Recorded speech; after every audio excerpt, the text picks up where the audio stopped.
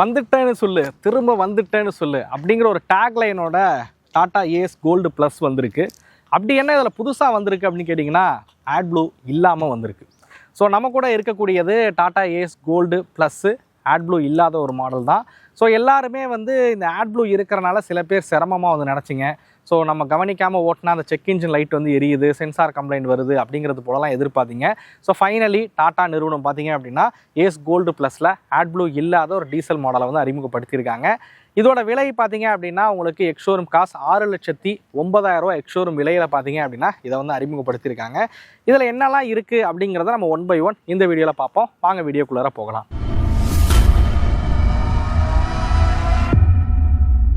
வீடியோக்குள்ளே போகிறதுக்கு முன்னாடி ஒரு முக்கியமான விஷயம். ஸோ இந்த வெஹிக்கிள் கொடுத்த ஸ்ரீ வெற்றி டாடா கமர்ஷியல் ஷோரூமுக்கு மிகப்பெரிய நன்றியை வந்து தெரிவிச்சுக்கிறேன். நீங்கள் டாடா ஏஸ் இன்ட்ரா மாதிரியான கமர்ஷியல் வெஹிக்கிள் பார்க்குறதா இருந்தாலும் சரி, இல்லை பெரிய கமர்ஷியல் வெஹிக்கிள் பிரைமா செக்மா மாதிரியான வெஹிக்கிள் பார்க்குறதா இருந்தாலும் சரி, டிஸ்பிளே தெரியக்கூடிய ஸ்ரீ வெற்றி டாட்டாவை மறக்காமல் காண்டாக்ட் பண்ணுங்கள். வாங்க இந்த வெஹிக்கிளோட டிசைன் எப்படி இருக்குது அப்படிங்கிறத பார்க்க ஆரம்பிப்போம். டிசைன் பொறுத்த வரைக்கும் நான் பெருசாக விவரிக்கணும் அப்படிங்கிற அவசியம் கண்டிப்பாக டாடா ஏஸ்க்கு வந்து இருக்கவே இருக்காது அப்படின்னு சொல்லலாம். இந்த செக்மெண்ட்டை ரூல் பண்ணுற ஒரு ப்ராடக்ட்னு கூட சொல்லுவேன் டாடா ஏஸை பொறுத்த வரைக்கும். முன்னாடி 3 வீலர் தான் பார்த்தீங்க அப்படின்னா ஒரு 400-500 கிலோ வெயிட் ஏற்றிக்கிட்டு சிட்டிக்குள்ளே பயணிக்கணும் அப்படின்னா எல்லாருமே வந்து 3 வீலர் ஆட்டோவை தான் வந்து பயன்படுத்திக்கிட்டு இருந்தோம். அதை மாற்றி அமைச்ச ஒரு ப்ராடக்ட் அப்படின்னாலே டாடா ஏஸ் தான். ஒன்று 3 வீலர், இல்லை அதை தாண்டி போனோம் அப்படின்னா நம்ம வந்து 407 வெஹிக்கிளுக்கு வந்து போவோம். ஸோ இந்த செக்மெண்ட்டில் கேப்பை புரிஞ்சுக்கிட்ட டாடா நிறுவனம் கரெக்டாக ப்ளேஸ் பண்ண ப்ராடக்ட் தான் இந்த டாடா ஏஸ் வந்து. ஸோ டாடா ஏஸை பற்றி சொல்லணும் அப்படின்னா ஒரு நோஸ்லெஸ் டிசைனாக வந்து உருவாக்கியிருப்பாங்க. பழைய மாடலில் ரவுண்ட் ஷேப் ஹெட்லைட்டாக இருந்தது. இப்போ ஒரு ரெக்டாங்கிள் ஷேப் ஹெட்லைட்டாக பார்த்தீங்க அப்படின்னா வந்து மாறி இருக்குது அப்படின்னு வந்து சொல்லலாம். ஸோ அப்புறம் மேலே வந்து இண்டிகேட்டராக இருக்கட்டும் ஒரு ஹாலோஜன் ஹெட்லைட்ஸ் வந்து கொடுத்துருக்காங்க. இந்த பம்பர் பார்த்தீங்க அப்படின்னா ஃபைபரில் இருக்கிற மாதிரி இருக்குது. தேவைப்பட்டால் ஃபாக் லேம்ப் வந்து போட்டுக்க முடியும். ஸோ இந்த இடங்கள்லாம் பார்த்தீங்க அப்படின்னா உங்களுக்கு ஃபைபரில் தான் வந்து மெயின்டைன் பண்ணியிருக்காங்க. ஸோ வெஹிக்கிளோட வெயிட்டை எந்த லெவலுக்கு குறைக்க முடியுமோ அந்த லெவலுக்கு GVW அதிகமாக வந்து கொடுக்க முடியும். அதை கரெக்டாக வந்து இதில் பயன்படுத்தியிருக்காங்கன்னு சொல்லலாம். 2 வைப்பர்ஸ், வைடரான விண்ட்ஷீல்டு, உங்களுக்கு மேனுவலி அட்ஜஸ்டபிள் மிரர்ஸ் வந்து கொடுத்துருப்பாங்க. டோர் பார்த்தீங்க அப்படின்னா நல்லா வைடராக ஓப்பன் ஆகக்கூடிய ஒரு டோர்ஸ் வந்து பயன்படுத்தியிருப்பாங்க. இதுதான் வெஹிக்கிளோட கேபினோடது. நீங்கள் அப்படியே வெஹிக்கிளோட டைமென்ஷன் என்னென்ன அப்படிங்கிறத நீங்கள் இப்போ வந்து பார்ப்பீங்க. வீல்ஸ் விஷயத்துக்கு வருவோமே. இதில் பார்த்தீங்க அப்படின்னா ஒரு 145 R12 வீல்ஸ் பார்த்தீங்க அப்படின்னா இதில் வந்து பயன்படுத்தியிருக்காங்க. டயர் மாற்றுறதும் பார்த்தீங்க அப்படின்னா ரொம்ப சீப்பராகவே இந்த டயரை வந்து மாற்றிக்கவும் முடியும். ஏன்னா R12 தான் வந்து கொடுத்துருக்க காரணத்தினால. ஃப்ரண்ட்டில் பார்த்தீங்க அப்படின்னா 2 லீஃப் இருக்கக்கூடிய பேராபோலிக் லீவ் ஸ்ப்ரிங் சஸ்பென்ஷன் வந்து கொடுத்துருக்காங்க. இதனால டிரைவருக்கு கம்ஃபர்ட் இருக்கும் அப்படின்னு சொல்கிறாங்க. ரியர் எடுத்துக்கிட்டிங்க அப்படின்னா லீவ் ஸ்ப்ரிங் சஸ்பென்ஷன் வந்து கொடுத்துருக்காங்க. இந்த ஷாக் அப்சரோட இருக்கக்கூடிய 5 லீஃப் இருக்கக்கூடிய சஸ்பென்ஷன் பார்த்தீங்க அப்படின்னா இதில் வந்து பயன்படுத்தியிருக்காங்க. ஸோ அதிகப்படியான எடை ஏற்றினாலும் தாங்கக்கூடிய வகையில் தான் இந்த சஸ்பென்ஷனை வந்து உருவாக்கியிருக்காங்க அப்படின்னு சொல்வேன். 160 mm கிரவுண்ட் கிளியரன்ஸ் வந்து இந்த வெஹிக்கிளில் வந்து கொடுத்துருக்காங்க. Fuel tank capacity 30 litre fuel tank கெப்பாசிட்டியில் இந்த வெஹிக்கிளை வந்து வடிவமைச்சிருக்காங்க அப்படின்னு சொல்லலாம். முக்கியமான விஷயமே இந்த தொட்டி சைஸ் தான். நீளம் பார்த்தீங்க அப்படின்னா உங்களுக்கு 7.2 அடி நீளம் இருக்கிற வகையில் வந்து கொடுத்துருக்காங்க. வண்டியோட அகலம் பார்த்தீங்க அப்படின்னா உங்களுக்கு 4.9 அகலமான தொட்டியாக வந்து கொடுத்துருக்காங்க. இந்த வெஹிக்கிளோட பேலோட கெப்பாசிட்டி எடுத்துக்கிட்டிங்க அப்படின்னா RTO பாசிங் வந்து 900 கிலோ, GVW 1815 கிலோ பார்த்தீங்க அப்படின்னா இருக்கிற வகையில் வந்து கொடுத்துருக்காங்க. 900 கிலோ பாசிங்கிறது RTOவோட பாசிங் தான். பட் நீங்கள் எவ்வளோ ஏற்றுவீங்க அப்படிங்கிறது எனக்கு நல்லாவே வந்து தெரியும். ஸோ கேப்பபிள் தான் இந்த வெஹிக்கிளை பொறுத்த வரைக்கும். பட் முடிஞ்ச வரைக்கும் கவர்மெண்ட் சொல்லக்கூடிய நார்ம்ஸில் வெயிட் ஏற்றுனீங்க அப்படின்னா உங்களுக்கும் நல்லது, வண்டிக்கும் நல்லது அப்படின்னு சொல்லுவேன். இதான் வண்டியோட எக்ஸ்டீரியரில் இருக்கக்கூடிய விஷயங்கள். வாங்க நம்ம அப்படியே இன்டீரியரில் என்ன கொடுத்துருக்காங்க அப்படிங்கிறத பார்ப்போம். ஸோ நம்ம இன்டீரியர் விஷயத்துக்கு வருவோம். ஸோ ஆஸ் யூஷுவல் இதை வந்து உங்களால் ஃப்ரண்ட் அண்ட் பேக் வந்து நகர்த்திக்க முடியும். மெயின் அட்வான்டேஜ் என்னன்னு கேட்டிங்க அப்படின்னா இதில் பாருங்களேன், அட்ஜஸ்டபிள் இருக்கக்கூடிய ஹெட்ரெஸ்டர் கொடுத்துருக்காங்க. இது ஒரு நல்ல பாசிட்டிவான விஷயம் அப்படின்னு சொல்லுவேன். இன்ஜின் உங்களுக்கு சீட்டுக்கு கீழே தான் வந்து இருக்குது. ஸோ டேஷ்போர்ட் நம்ம பழைய மாடலில் பார்த்த சேம் டேஷ்போர்ட் செட்டப் தான் இதில் வந்து கொடுத்துருக்காங்க. ஸோ கிளஸ்டர் பொறுத்த வரைக்கும் உங்களுக்கு டிஜிட்டலில் இருக்கக்கூடிய கிளஸ்டர் வந்து இருக்கும். ஸோ இதில் பார்த்தீங்க அப்படின்னா டெம்பரேச்சராக இருக்கட்டும், அதேமாதிரி ஃபியூல் கேஜாக இருக்கட்டும், ஸோ கிளாக்காக இருக்கட்டும், அதேமாதிரி ஸ்பீடாக இருக்கட்டும், இதெல்லாம் தெரிகிற மாதிரி வந்து கொடுத்துருக்காங்க. ஸ்டேரிங் நம்ம பார்த்த அதே ஸ்டேரிங் தான், ஒரு 2 ஸ்போக் ஸ்டேரிங் வந்து கொடுத்துருக்காங்க. ஹெட்லைட்டோட லெவல் அட்ஜஸ்டர் பார்த்தீங்க அப்படின்னா இந்த இடத்துல வந்து இருக்குது. ஸோ இங்கே வந்து உங்களுக்கு லைட்டுக்கான கண்ட்ரோல்ஸ் வந்து கொடுத்துருக்காங்க. இந்த சைடு வைப்பருக்கான கண்ட்ரோல்ஸ் இருக்கிற மாதிரி கொடுத்துருக்காங்க. இங்கே நீங்கள் பார்க்கலாம், இதில் வந்து சிட்டி அண்ட் பவர்னு 2 விதமான மோட் ஆப்ஷன் இருக்குது. அதுக்கு தகுந்த மாதிரி பவர் சேஞ்ச் ஆகும். இது ரீஜனுக்கான பட்டன் வந்து கொடுத்துருக்காங்க. ஸோ சின்ன க்ளோ பாக்ஸு உங்களோட மொபைல் ஃபோனு இல்லை ஃபைல்ஸ் ஏதாவது வச்சுக்க முடியும். மியூசிக் சிஸ்டம் இங்கே வந்து மாட்டிக்க முடியும். இங்கே வந்து ஒரு ஒரு 5 வோல்ட்டுக்கான சார்ஜிங் போர்ட்டும் பார்த்தீங்க அப்படின்னா கொடுத்துருக்காங்க. இதை சார்ஜ் பண்ணிக்கவும், மொபைல் சார்ஜ் பண்ணிக்கவும் முடியும். ஸோ இதான் டேஷ்போர்டு அரேஞ்ச்மெண்ட்டு. 2 பேர் இந்த கேபினில் வந்து உட்காரலாம். D+1 தான் இது. டிரைவர் ப்ளஸ் ஒரு ஆள் பார்த்தீங்க அப்படின்னா இதில் வந்து உட்காரவும் முடியும். கியர் லிவர் பார்க்கலாம், நல்லா ஸ்லீக்காகவே வந்து மாறிடுச்சு. இந்த இடத்துல உங்களுக்கு ஹேண்ட் பிரேக் வந்து கொடுத்துருக்காங்க. ஏபிசி பெடல் பாருங்கள். ஸோ த்ராட்டில் பார்த்தீங்க அப்படின்னா ட்ரைவ் பை ஒயர் வந்து பயன்படுத்தியிருக்காங்க. ஸோ இது வந்து நீங்கள் ஆக்சலரேட் பண்ணிங்க அப்படின்னா சென்சாருக்கு இன்ஃபர்மேஷன் போய் அதுக்கு தகுந்த ஃபியூலை வந்து உங்களுக்கு இன்ஜின்குள்ளே சப்ளை பண்ணும். So drive by wire technology வந்து பயன்படுத்தியிருக்காங்க. ஸோ இதுதான் கேபினு. ஸோ இதை நீங்கள் வந்து பார்த்துருப்பீங்க. ஸோ அப்படியே நம்ம இன்ஜின் விஷயத்துக்கு வருவோம். இதில் வந்து ஒரு 702 சிசி கொண்ட இன்ஜின் வந்து கொடுத்துருக்காங்க. பவர் மோடில் 22 PS பவரும், சிட்டியில் 17 PS பவரும், பவர் மோடில் 55 Nm ஆஃப் டார்க்கும், சிட்டியில் 40 Nm ஆஃப் டார்க் வந்து ப்ரொடியூஸ் பண்ணக்கூடியது.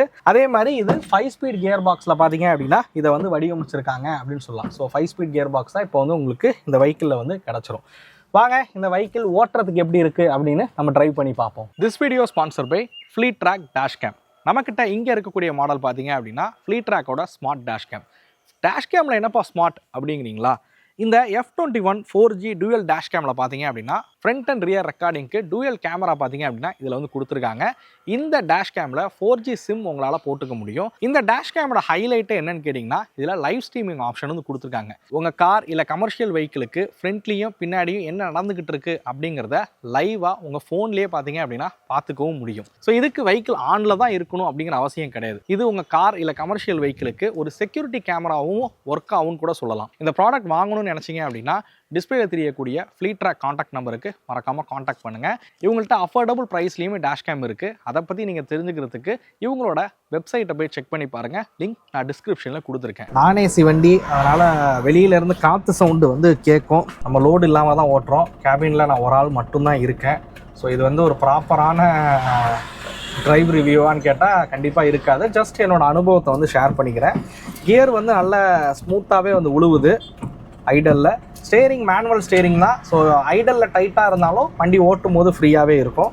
கிளச்சு பார்த்தீங்கன்னா நல்ல லைட்டரான ஒரு கிளச்சாக வந்து கொடுத்துருக்காங்க. அப்படியே ட்ரைவ் பண்ணுவோம். ஸோ இதில் வந்து ஈக்கோ பவர்னு 2 விதமான மோடு வந்து கொடுக்குறாங்க. நீங்கள் பவர் ஸ்பெக்கு படிக்கும்போது பார்த்துருப்பீங்க. ஈக்கோவில் ஓட்டிங்கன்னா 40 Nm ஆஃப் டார்க்கு, அதாவது சிட்டியில் ஓட்டிங்கன்னா 40 Nm ஆஃப் டார்க்கு, பவரில் போட்டிங்க அப்படின்னா உங்களுக்கு 55 Nm ஆஃப் டார்க் வந்து ப்ரொடியூஸ் பண்ணக்கூடியது. ஸோ அது வந்து உங்களுக்கு ஓட்டும் போதே கண்டிப்பாக வந்து தெரியும்.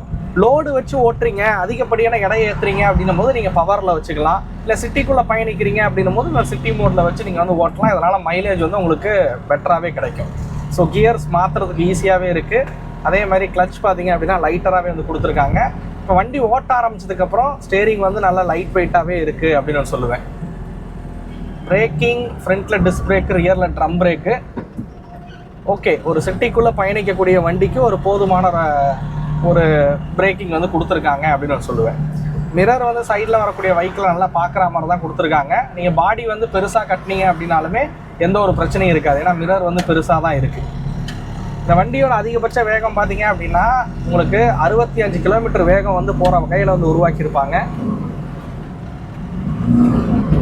ஸோ சிட்டிக்கு இந்த வேகம் வந்து போதுமானதாக இருக்கும் அப்படின்னு நான் சொல்லுவேன்.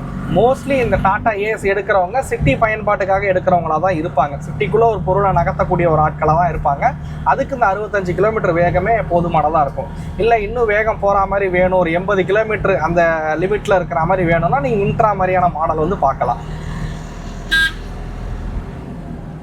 ஸோ இது வந்து நான் ஜஸ்ட்டு கொஞ்சம் தூரம் ஓட்டுற அனுபவத்தை தான் வந்து சொல்கிறேன். கேபின்குள்ளே பார்த்தீங்க அப்படின்னா உங்களுக்கு டீசல் இன்ஜின் இதுக்கு கீழே தான் இருக்குது அப்படின்னாலும் பட் வைப்ரேஷன் பெருசாக இல்லாத மாதிரி வந்து கொடுத்துருக்காங்க அப்படின்னு சொல்லலாம். ஸோ ஓட்டும் போது ரொம்ப நாய்ஸியாக வைப்ரேஷனில் வந்து இல்லை. ஸோ நாய்ஸ் இருக்குது தான், நாய்ஸ் நான் வந்து சொல்லலை.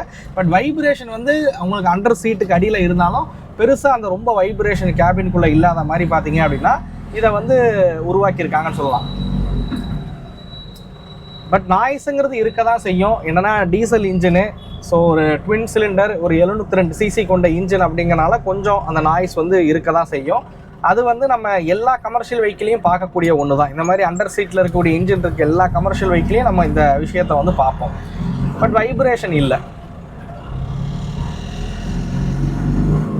ஸோ மெயினாக வந்து டாடா ஏஸ் வந்து எல்லாரும் ப்ரிஃபர் பண்ணுறதுக்கான ஒரு காரணம் என்னவா இருக்கும் அப்படின்னு கேட்டிங்கன்னா, இது வந்து மெக்கானிக் ஃப்ரெண்ட்லி ஒரு வெஹிக்கிள் அப்படின்னு ஒன்று சொல்லலாம். ஸோ ஏதோ ஒரு ப்ராப்ளம்னாலும் நம்ம பக்கத்தில் இருக்க ஒரு மெக்கானிக்கிட்ட கொடுத்து வேலை பார்த்துக்கலாம், அதுக்காகவே நிறைய பேர் வந்து வாங்கினீங்க.